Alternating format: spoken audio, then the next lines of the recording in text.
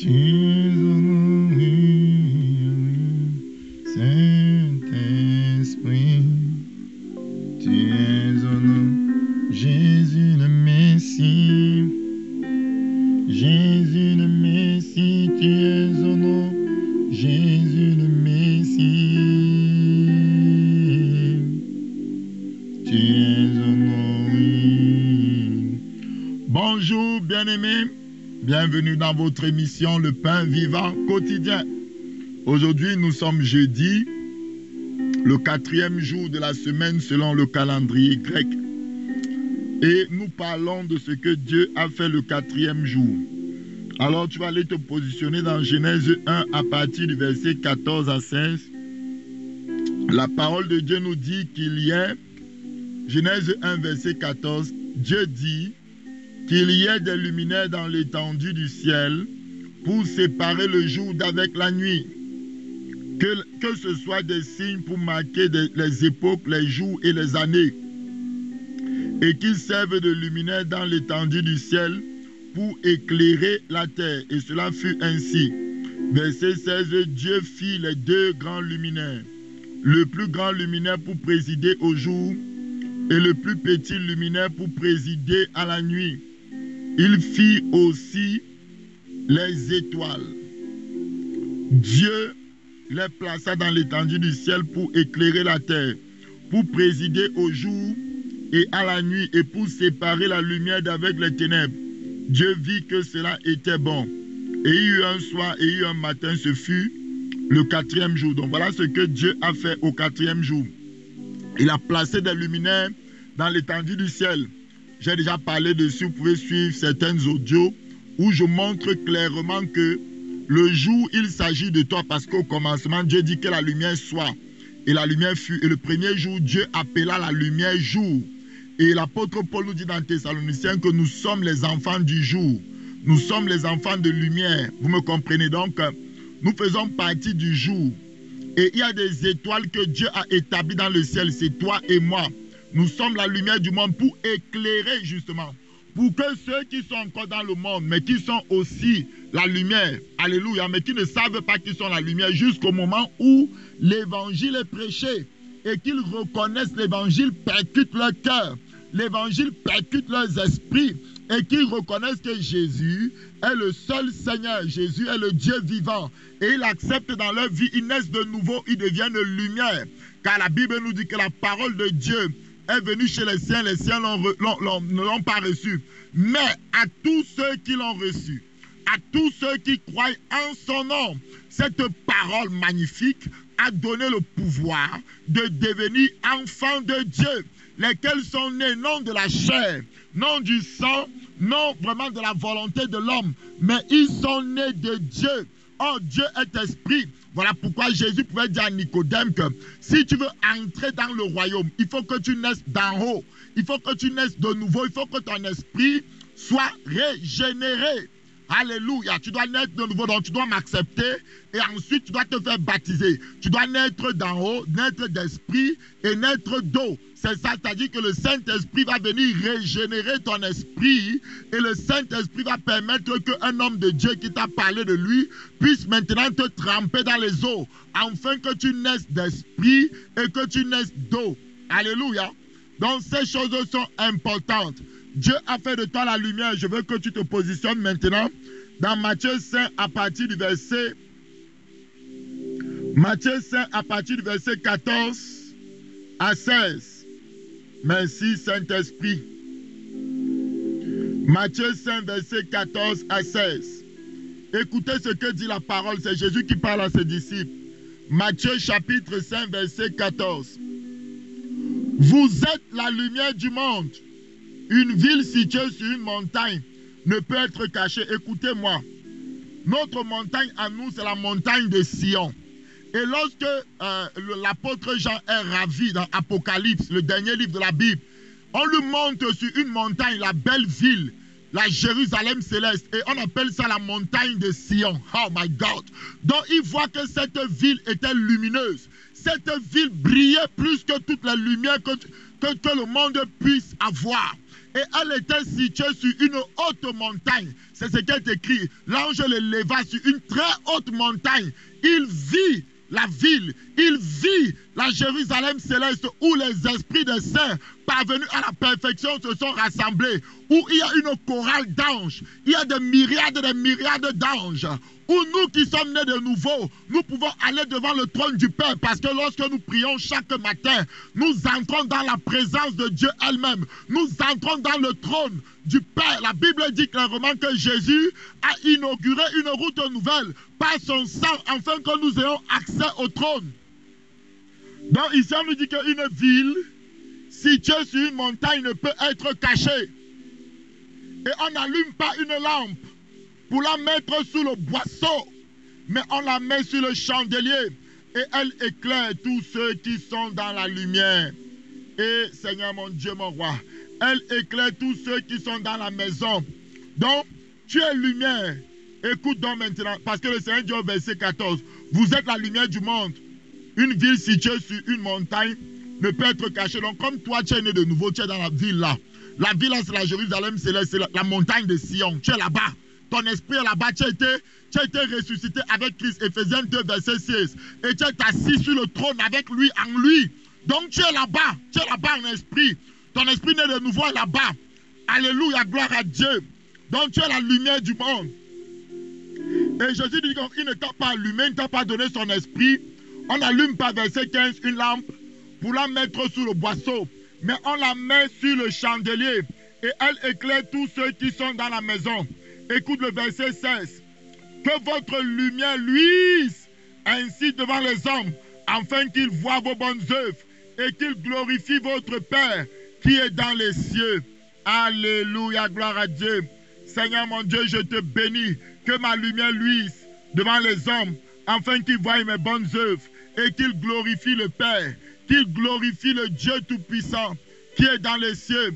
Que le Seigneur soit élevé, que le Seigneur soit glorifié, que le Seigneur soit magnifié, que le Seigneur soit exalté, que le Seigneur soit élevé dans le nom précieux de Jésus de Nazareth. Merci Père éternel. Après une courte pause, mes frères, nous allons continuer la doctrine sur l'imposition des mains. Soyez bénis au nom de Jésus.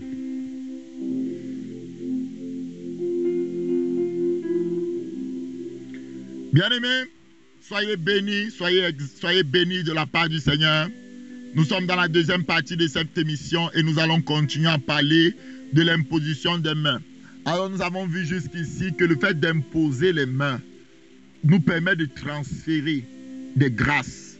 Oui, c'est ce que nous avons vu. Nous avons vu que tu dois imposer les mains chaque jour à tes enfants. Tu dois prier en les imposant les mains. Tu dois déclarer, maman, papa, toi qui es père, toi qui es mère. Tu n'es pas seulement père pour donner l'argent à tes enfants, pour les envoyer à l'école. Ce n'est pas ça que Dieu t'a envoyé. Le premier rôle d'un père, c'est de prier pour ses enfants, de leur imposer les mains et de déclarer des paroles vivantes sur eux. Alors nous allons demander à Dieu de nous aider. Si tu es un père de famille, si tu es une mère de famille, tu vas reconnaître avec moi, Seigneur, peut-être je ne prie pas pour mes enfants. Je n'ai pas développé cette habitude. Alors, Saint-Esprit, aide-moi. Aide-moi à comprendre que je ne dois pas seulement prendre soin financièrement, physiquement de mes enfants, mais je dois les toucher, je dois prier pour eux, je dois les imposer les mains et je dois déclarer les paroles sur leur vie parce que je suis l'autorité spirituelle que tu as établie devant eux pour les bénir. Je suis comme le soleil, vous savez, je vous ai dit qu'on va étudier cela. Joseph a fait un songe, le soleil c'était son père. Or le soleil éclaire, le soleil affecte les étoiles. Et maintenant quand la nuit vient, les étoiles rejettent la lumière qu'ils ont reçue du soleil. Est-ce que tu t'imagines ton rôle envers tes enfants? C'est à toi de les enseigner la parole. C'est à toi, mes frères, au 4e jour. Donc c'est à toi de leur enseigner la voie qui doit suivre. C'est à toi de briller ta lumière. La lumière que Dieu a mis en toi va affecter tes enfants, afin que lorsque tu ne seras plus là, parce que la nuit, le soleil, on ne voit plus le soleil parce que la terre a tourné, vous comprenez. Donc la nuit, le soleil, on ne le voit plus, mais on voit ses enfants. Donc le soleil vit à travers ses enfants. La lumière du soleil que les enfants, les étoiles ont enregistrée est maintenant commence à briller. Donc le soleil continue à vivre au travers de ses enfants. De la même manière, aujourd'hui, on ne voit pas Christ de manière physique, mais on voit la lumière de Christ au travers de toi. Pourquoi? Parce que quand tu es en journée, quand tu cherches la face de Dieu, Jésus t'impacte dans le lieu secret. Et lorsque tu sors, lorsque c'est les ténèbres, lorsque l'ennemi veut venir frapper, c'est là où la lumière de Christ resplendit fortement au travers de ta vie, dans le nom précieux de Jésus de Nazareth. Saint-Esprit, je te dis merci. Donc, Papa, disons, Seigneur, pardonne-nous. Nous n'avons pas joué le rôle qu'il fallait dans la vie de nos enfants. Même moi qui prêche, je reconnais qu'il y a des jours, il y a des moments où je ne prie pas pour mes enfants. Oh, que Dieu m'aide à être fidèle, à être constant, à prier tous les jours pour ses enfants, dans le nom puissant de Jésus. Que Dieu aide une maman à être fidèle, à être constant, à prier tous les jours pour ses enfants, dans le nom puissant de Jésus. Alors aujourd'hui, on va parler d'une autre histoire dans l'imposition des mains. On va parler de Josué. Tu vas aller te positionner dans Nombre 27 à partir du verset 18. Nombre 27 à partir du verset 18. Va te positionner là-bas, mon frère. Nombre 27 à partir du verset 18. Saint-Esprit, je t'aime. Tu es le Dieu vivant. Qu'est-ce que ça nous dit? L'Éternel dit à Moïse, prends Josué, fils de Nun, homme en qui réside l'Esprit, et tu poseras ta main sur lui. Alléluia. Tu le placeras devant le sacrificateur Éléazar et devant toute l'assemblée, et tu lui donneras des ordres sous leurs yeux. Tu le rendras participant, verset 20, de ta dignité, afin que toute l'assemblée des enfants d'Israël l'écoute. Écoutez-moi mes frères, ce n'est pas la blague, l'imposition des mains. Dieu dit à Moïse, l'Éternel dit à Moïse, Jésus-Christ a dit à Moïse, prends Josué, fils de Nun, homme en qui réside l'Esprit, tu poseras ta main sur lui. Est-ce que vous m'entendez mes frères? Est-ce que tu comprends ce que je suis en train de dire là mon frère, ma soeur? Tu poseras ta main sur lui. Tu le placeras devant le sacrificateur. Dans le verset 20 dit, ainsi tu vas le rendre participant de ta dignité. Voilà pourquoi si Jésus veut que nous soyons participants de sa nature, participants de sa dignité, participants, il va permettre, il va nous imposer les mains au travers des serviteurs de Dieu. Il va nous imposer sa main glorieuse, même si elle est invisible. Il va permettre que sa main nous touche. Donc ici, Josué a besoin de recevoir quelque chose. Il a déjà l'esprit en lui. Je relis encore le verset 18. L'Éternel dit à Moïse, prends Josué si que tu vois, fils de Nun, homme en qui réside l'esprit. L'esprit de Dieu est déjà en lui. Et tu poseras ta main sur lui. Donc maintenant, quand tu as posé ta main sur lui, ce qu'il a là va augmenter. Ce qu'il a là va se multiplier parce qu'on donnera à celui qui a déjà et il sera dans l'abondance. Parce que Dieu a vu que Josué aimait sa présence. Dieu a vu que Josué honorait sa présence. Dieu a vu que Josué le craignait. Dieu dit à son serviteur Moïse, c'est Josué que j'ai choisi maintenant.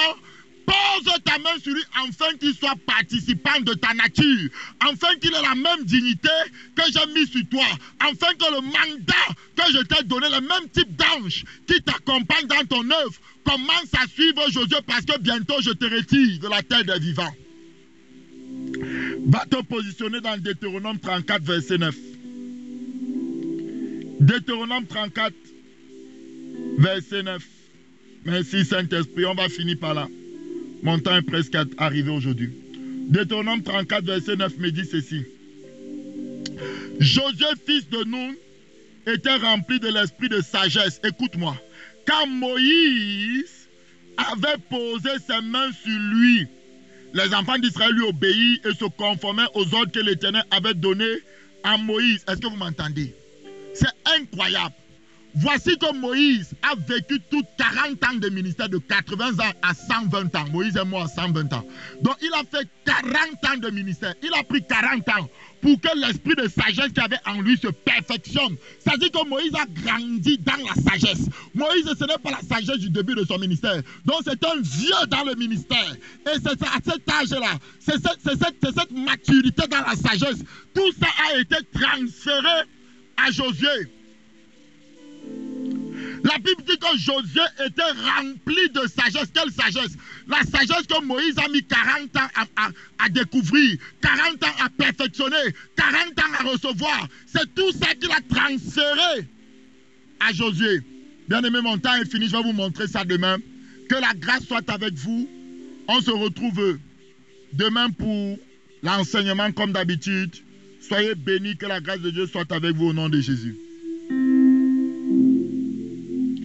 Tu es honoré, Adonai.